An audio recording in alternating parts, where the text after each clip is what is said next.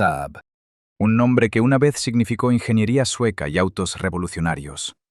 Hoy, prácticamente muerto. Llave de contacto entre los asientos. El primer turbo de serie para autos de familia. Motores montados al revés. Y aún así, bancarrota. 2011. Se acabó. Pero espera a escuchar cómo 16 ingenieros aeronáuticos pensaron en 1947. Oye, construyamos un auto. ¿El problema? Solo 2 de ellos tenían licencia de conducir. Y aún así crearon un vehículo tan loco que hasta BMW y Mercedes se pusieron verdes de envidia. Desde el contacto en el suelo hasta la rueda libre en la caja de cambios, Saab fue diferente. Siempre. Hasta que llegó General Motors y lo rompió todo. Quédate, porque ahora vas a descubrir por qué unos inversores chinos quisieron salvar a Saab. Y General Motors dejó que muriera igualmente. Trollhättan, 1937. Europa está al borde de la guerra, y Suecia tiene un problema. No tiene industria aeronáutica propia. El Parlamento necesita 297 aviones de combate para 1943. ¿La solución? El 2 de abril de 1937 nace Svenska Aeroplan Aktiebolaget, Saab. La independencia aérea de Suecia queda asegurada. Los años de guerra van perfectos. Pero en 1945 se acaba la fiesta. El fin de la guerra significa no más contratos militares. La dirección de Saab improvisa desesperada. Por suerte llega la idea del siglo: automóviles. La Europa de posguerra necesitaba autos. El proyecto recibe el nombre en código X9248. Suena a misión secreta, pero era solo su primer auto. Saab reúne a 16 ingenieros aeronáuticos para su primer auto. ¿El problema? Solo 2 tienen licencia de conducir. Ninguno tiene experiencia en automóviles. Estos tipos tienen que aprenderlo todo desde cero. ¡Qué ironía! Un equipo de gente que hace volar máquinas tiene que aprender a hacerlas rodar. Visitan chatarrerías en busca de inspiración. Compran autos de KV, Hanomax y Volkswagen y los desmontan por completo. Imagínate a ingenieros altamente cualificados de pie en una chatarrería con una llave inglesa pensando: bueno, aquí hay una rueda. Eso debe de ser importante. Las primeras reuniones de prototipo debieron de ser legendarias. Oye, compañero, ¿dónde van las alas? En el verano de 1946 nace el Ur-Saab, una maravilla con forma de gota, pintada al principio con betún de zapatos sobre la maqueta de madera. Sí, betún de zapatos. Austeridad al estilo sueco. Bror Bjurströmer diseña unas características revolucionarias. Construcción monocasco, un 50% menos de resistencia al aire que los autos de su época. Motor de 2 tiempos montado transversalmente. Tracción delantera y puertas que se abren hacia atrás. El prototipo se prueba en secreto durante más de 530.000 kilómetros. Normalmente por caminos de bosque llenos de barro, en la madrugada o ya de noche. Imagínate a los probadores conduciendo a escondidas por el bosque como ladrones de autos, solo que probando su propio auto. El 10 de junio de 1947, Saab conmociona al mundo del motor. Presentan su prototipo a la prensa. Los periodistas se enteran de que se llamará Saab 92 y de que la producción en serie empezará en unos 2 años. ¿Por qué 92? Porque era el proyecto número 92 de Saab. Los primeros 91 fueron todos aviones. Este auto inspirado en la aviación tiene un coeficiente aerodinámico de 0,30, revolucionario para 1947 y competitivo incluso hoy. Diciembre de 1949. La producción empieza a un ritmo agonizante de 3 a 4 autos al día. Y aquí viene lo mejor. Cada uno de los primeros Saab 92 se pinta verde botella. No por diseño, sino porque las Fuerzas Armadas suecas tenían pintura de camuflaje de aviación sobrante que no servía para el terreno. Saab compra todo el lote a precio de saldo. Identidad de marca por accidente. Aviones y autos acaban en verde. Imagínate la conversación de venta. Disculpe, ¿tiene el auto en otro color? No, pero está aprobado por el ejército, y si alguna vez estaciona en un bosque, será prácticamente invisible. Eso era ingeniería sueca encontrándose con el pragmatismo sueco en su máxima expresión. A pesar de sus rarezas, al principio ni siquiera tenía portón de maletero, el equipaje se cargaba por los asientos traseros, se forman listas de espera. Los primeros compradores eran auténticos pioneros o masoquistas, es difícil saberlo. Había que abatir los asientos traseros para llegar al maletero, un proceso de carga digno de submarino. Y solo 2 semanas después del lanzamiento, el ingeniero jefe Rolf Melde inscribe su Saab en el Rally de Suecia y queda segundo en su categoría. Nace la legendaria reputación deportiva de Saab. La verdadera leyenda del rally sería el Saab 96 con Erik Karlsson på taket, Karlsson en el techo. Este discreto auto de 2 puertas se convierte en un cazagigantes. Karlsson gana el rally de RAC 3 años consecutivos, de 1960 a 1962, y el rally de Montecarlo 2 veces seguidas, en 1962 y 1963. Su técnica de volcar y seguir conduciendo le da su apodo. Otros pilotos se retiran tras un accidente. Karlsson simplemente sigue. Bah, el techo está un poco más plano ahora, no pasa nada. Su técnica de frenar con el pie izquierdo mantiene los motores de 2 tiempos en su zona de potencia. Eso no era solo pilotaje, era ciencia. Mientras Ferrari y Porsche llegaban con motores más grandes y más cilindros, Karlsson demostraba que la física vence a la fuerza bruta. 19 victorias internacionales en rally demuestran que la aerodinámica y la ingeniería vencen a los caballos de potencia puros. Un Saab 96 contra Ferrari y Porsche. Y gana Saab. Eso era ingeniería sueca en su forma más pura. La competencia debía de pensar, ¿cómo puede esta cajita verde adelantarnos? El legado aeronáutico de Saab crea innovaciones que se adelantan décadas a su tiempo. La llave de contacto entre los asientos, introducida en 1969, no era un truco de diseño, sino ingeniería de seguridad. La investigación de Saab demostró que las llaves en la columna de dirección actúan como lanzas en un choque frontal, causando graves lesiones de rodilla y pierna. La consola central elimina ese peligro y aporta ventajas de seguridad. Otros fabricantes pensaban, estos suecos están locos. Hasta que se dieron cuenta, los suecos tenían razón. La solución era tan simple y genial que uno se pregunta, ¿por qué nadie lo pensó antes? La respuesta, porque antes nadie dejaba que ingenieros de aviación construyeran autos. El efecto secundario fue la protección antirrobo. Los ladrones buscaban desesperadamente la cerradura en el volante, mientras los conductores de Saab arrancaban tranquilamente entre los asientos. La ruja libre en la caja de cambios venía de las necesidades del motor de 2 tiempos. Estos motores mezclan aceite con el combustible para lubricar, pero al frenar con el motor, recibían lubricación insuficiente y podían agarrotarse. La solución de Saab: discos cargados por muelle que se desembragan automáticamente al rodar. Permite subir de marcha sin embrague y mejora la eficiencia de combustible. La sensación era como ir en bicicleta de adulto, simplemente dejarse rodar. Los puristas lo odiaban, los prácticos lo adoraban. Saab revoluciona el turbo con el Saab 99 Turbo de 1977. No inventaron el turbo, pero lo hicieron fiable para el uso diario.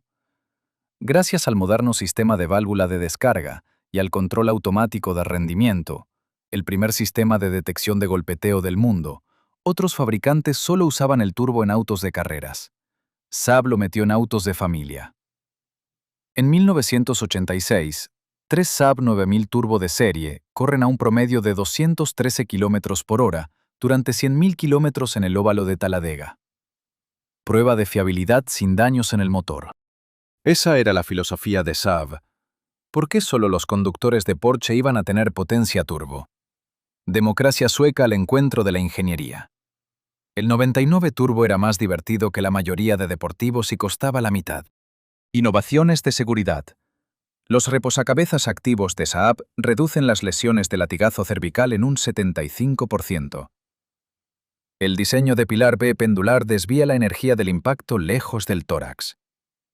Cinturones de seguridad de fábrica desde 1958. Una primicia de la industria. Los característicos parabrisas envolventes ofrecen una visibilidad excepcional y se integran estructuralmente en la jaula de seguridad. Saab siempre pensó, ¿qué pasa si algo sale mal? Mientras otros pensaban, eso no va a pasar. Todo esto sonaba completamente loco, hasta que otros fabricantes se dieron cuenta de que Saab tenía razón. La innovación solo parece una locura hasta que se convierte en estándar. El Saab 900, de 1978 a 1998, se convierte en el Saab, el auto que define la marca para toda una generación. Casi 900.000 unidades producidas, el modelo más vendido e icónico de Saab. Con su motor V montado al revés, su perfil característico y su diseño inspirado en la aviación, el 900 se reconoce al instante. ¿Por qué montado al revés? Porque los ingenieros de Saab pensaron, si funciona en un avión, funciona en un auto. La sabiduría convencional nunca fue el punto fuerte de Saab. El diseño era tan reconocible que se identificaba un 900 a 3 kilómetros de distancia. La silueta gritaba, soy diferente y estoy orgulloso de ello. Mientras BMW y Mercedes intentaban vender estatus, Saab vendía individualidad. Las ediciones especiales crean leyendas. El SPG/Aero como variante de rendimiento definitiva. La edición Carlson, solo 600 unidades en honor a Eric Carlson, con 185 caballos. Y la edición Ruby, los últimos 150-900 clásicos en rojo rubí con cuero de búfalo. Estas ediciones eran como cartas coleccionables para adultos, extremadamente codiciadas. Un SPG de 1989, propiedad de Peter Gilbert, supera el 1.000.000 de millas. Saab le premia con un nuevo 9-5 Aero. Eso era un marketing que no se puede comprar. Imagínate, un auto recorre más de 1.000.000 de millas y el fabricante le regala al propietario un auto nuevo. Así era la forma que temía Saab de decir, construimos autos para toda la vida, no para ciclos de leasing. Los autos Saab se convierten en símbolos de sofisticación intelectual, conducidos por creativos, arquitectos, profesores y gente que quería algo diferente. Los conductores de Saab eran el tipo de persona que leía libros, veía documentales y podía explicar por qué el turbo es termodinámicamente más eficiente. Propietarios famosos. Jerry Seinfeld conduce uno en su serie de televisión. Jack Nicholson lo usa en Mejor Imposible. Bill Gates. Saab era el anti-BMW. Inteligente en lugar de ostentoso, sustancial en lugar de superficial. El lema de la marca resume su esencia. No construimos autos, construimos Saabs. Conducir un Saab era como pertenecer a un club exclusivo para gente que sabía que ser diferente no significa estar defectuoso. Pero entonces llega General Motors. Y todo se va a pique. En 1989, Saab pierde dinero a chorros. 848 millones de dólares de pérdidas solo en 1990. Esos son 9.200 dólares de pérdida por cada auto vendido. Desesperados, firman un pacto fáustico con General Motors. General Motors paga 600 millones por el 50% de Saab Automobile en 1989 y en el año 2000 compra el 50% restante por unos ridículos 125 millones. Las matemáticas nunca fueron el fuerte de General Motors, o ya sabían exactamente lo que se traían entre manos. Esta adquisición, en apariencia modesta, se convierte en la compra más destructiva de la historia del automóvil. General Motors opera como una economía planificada soviética. Estandarización, clonación de marcas, piezas compartidas, jerarquía corporativa rígida. Era como si McDonald's se hiciera con un restaurante gourmet y dijera, a partir de ahora, solo Big Macs. Los ingenieros de Saab, con su mentalidad aeronáutica, son inconformistas que piensan fuera de la caja, alrededor de la caja, o se olvidan de la caja por completo. El choque es inevitable y catastrófico. Los contadores de General Motors visitan Suecia y descubren que Saab ni siquiera usa las piezas estándar de General Motors. Quieren sistemas de navegación a medida, soluciones de ingeniería únicas y se niegan a seguir las órdenes de Detroit. Los directivos de General Motors probablemente pensaban, Estos suecos locos no entienden cómo funcionan los negocios.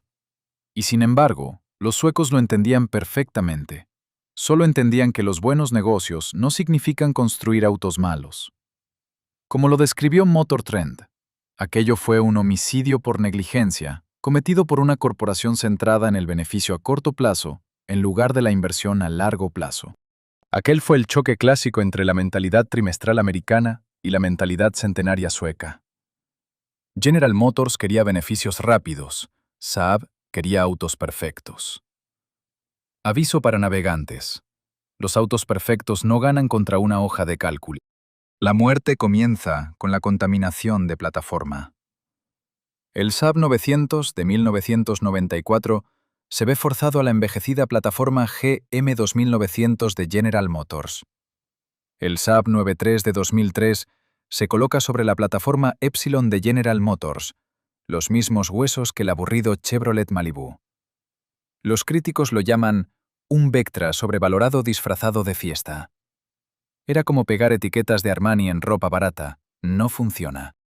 La clonación de marca alcanza cotas absurdas con el Subaru 92X de 2005, un Subaru Impreza WRX familiar apenas disfrazado, que conserva el interior de plástico puramente japonés e incluso carece de la característica llave de contacto en la consola central de Saab. Los fans de Saab lo llamaron una crisis de identidad sobre 4 ruedas. El 97X era peor, un Chevrolet Trailblazer con parrilla de Saab. Un sub tan poco Saab que hasta los fans de General Motors lo ignoraron. Solo 500 unidades vendidas en 2 años. Fue el pico del desastre de la clonación de marcas. Ejecutivos clave de General Motors asesinan sistemáticamente la marca.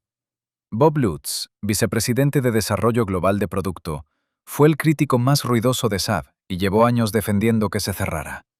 Lo llamó fuera del mainstream, con un atractivo limitado a 100.000 personas en todo el maldito mundo. ¡Qué ironía! Esas 100.000 personas eran más leales que todos los demás clientes de marcas de automóviles juntos.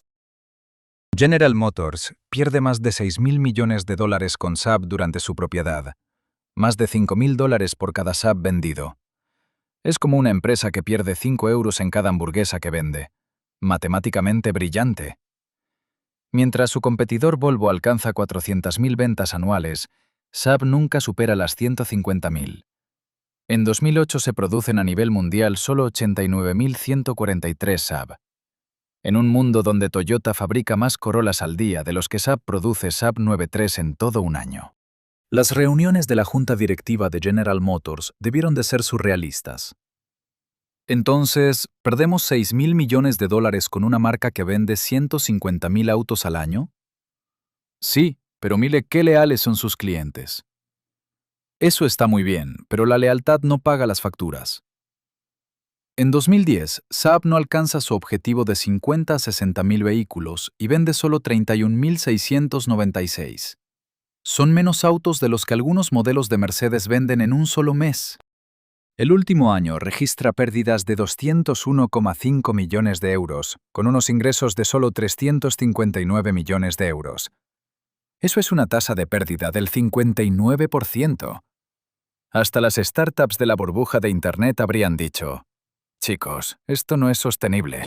Cada intento de hacer a Saab más apto para el gran público fracasa de manera catastrófica. Como admite Lutz más tarde, cada vez que lo hicimos más comercial, no vendimos nada. Esa era la paradoja de Saab. Demasiado raro para el gran público, demasiado del gran público para los raros. Un dilema puramente automovilístico. La ironía final. La destrucción sistemática de General Motors ocurre justo cuando los problemas de Saab, la sobreingeniería, la singularidad, la innovación inspirada en la aviación, eran exactamente lo que los inversores desearían en la era actual de las startups eléctricas. Tesla ganó miles de millones siendo diferente. Saab simplemente se adelantó 40 años a su tiempo. La bancarrota de General Motors en 2009 obliga a desprenderse de las marcas que dan pérdidas. El 23 de febrero de 2010, Victor Müller, un abogado holandés convertido en empresario, completa uno de los intentos de rescate más audaces de la historia del automóvil. Por $400 millones, su pequeña empresa de superdeportivos, Spyker, adquiere Saab tras la reestructuración de General Motors. Era como David contra Goliat, solo que David tenía un presupuesto muy pequeño y sueños muy grandes. Müller, conocido por sus extravagantes superdeportivos y declaraciones aún más extravagantes, promete hacer rentable a Saab en 2 años. ¿Su experiencia? Spyker vendía unos 50 superdeportivos al año, a $500,000 cada uno. Saab necesitaba 100.000 autos al año a 30.000 euros. Un pequeño desafío matemático. Pero General Motors se queda con las licencias de tecnología y los contratos de suministro de piezas, lo que le da un derecho de veto efectivo sobre el futuro de Saab. Eso no era una transferencia de propiedad, era una ejecución controlada. General Motors vendió Saab con las manos atadas y se quedó con la llave. Mucha suerte con tu independencia, pero no puedes hacer nada sin nuestro permiso. En 2011, con Saab perdiendo $1,3 millones al día, más de $15 por segundo, aparecen como posibles salvadores el distribuidor chino Pangda y el fabricante de autobuses Yongman. Ofrecen 140 millones por el 100% de la empresa, con la promesa de invertir más de 500 millones de euros. Era la última esperanza de Saab, y los chinos estaban dispuestos a pagar. Por fin, unos inversores que entendían la visión de Saab. El 6 de diciembre de 2011, General Motors da el golpe de gracia. No podríamos apoyar un cambio de propiedad de Saab que pudiera afectar negativamente a las relaciones existentes de General Motors en China. Traducción. Prefiero matar a Saab antes que dejar que competidores chinos consigan nuestra tecnología. La lógica es despiadada, pero clara. China era el mayor mercado de General Motors, y transferir tecnología a competidores chinos suponía una amenaza existencial. Mejor matar a Saab que crear nuevos rivales. General Motors sacrifica a Saab en el altar de su estrategia china. Los negocios son los negocios, aunque signifique enterrar una leyenda. El 19 de diciembre de 2011, sin alternativas tras el rechazo final de General Motors, Saab se declara oficialmente en bancarrota. 3.800 trabajadores pasan meses sin cobrar el sueldo, las líneas de producción se paran y los proveedores acumulan deudas de cientos de millones. Victor Müller, el hombre que quiso salvar a Saab, se convierte en su enterrador involuntario. National Electric Vehicle Sweden adquiere los activos de Saab en 2012 por 250 millones, prometiendo vehículos totalmente eléctricos. La realidad: producción limitada, varias bancarrotas y el cese final de operaciones en diciembre de 2024. Ni siquiera el reinicio funcionó. Saab estaba demasiado muerta para resucitar. De cazas de combate a autos de culto. 74 años de historia de innovación sueca. Saab sobrevivió a guerras mundiales, sobrevivió a la mala gestión de General Motors, pero no sobrevivió a la brutal economía de la fabricación de automóviles moderna. La pregunta no es ¿qué le pasó a Saab? La pregunta es ¿nos enseña la muerte de Saab algo sobre innovación frente a escala? España lo sabe bien. Pegaso también tenía la ingeniería, el orgullo y la ambición, y tampoco tenía la escala. A veces, ser brillante no basta para sobrevivir. Mi pronóstico: Saab está muerta. Pero su ADN vive en cada Tesla, cada Polestar, cada startup eléctrica que quiere ser diferente. La innovación sola no es suficiente. Hay que ser diferente y rentable a gran escala. Saab demostró que, a veces, las transiciones más improbables son las historias más fascinantes. Y ser diferente, aunque no baste para garantizar la supervivencia, sí bastó para ser recordado. Si te gustan estos dramas del motor, ¿qué marca debería ser la siguiente bajo la lupa? ¿Lancia? ¿Rover? ¿Peugeot? Dímelo en los comentarios. Hasta la próxima. Sigue siendo curioso. Sigue siendo diferente.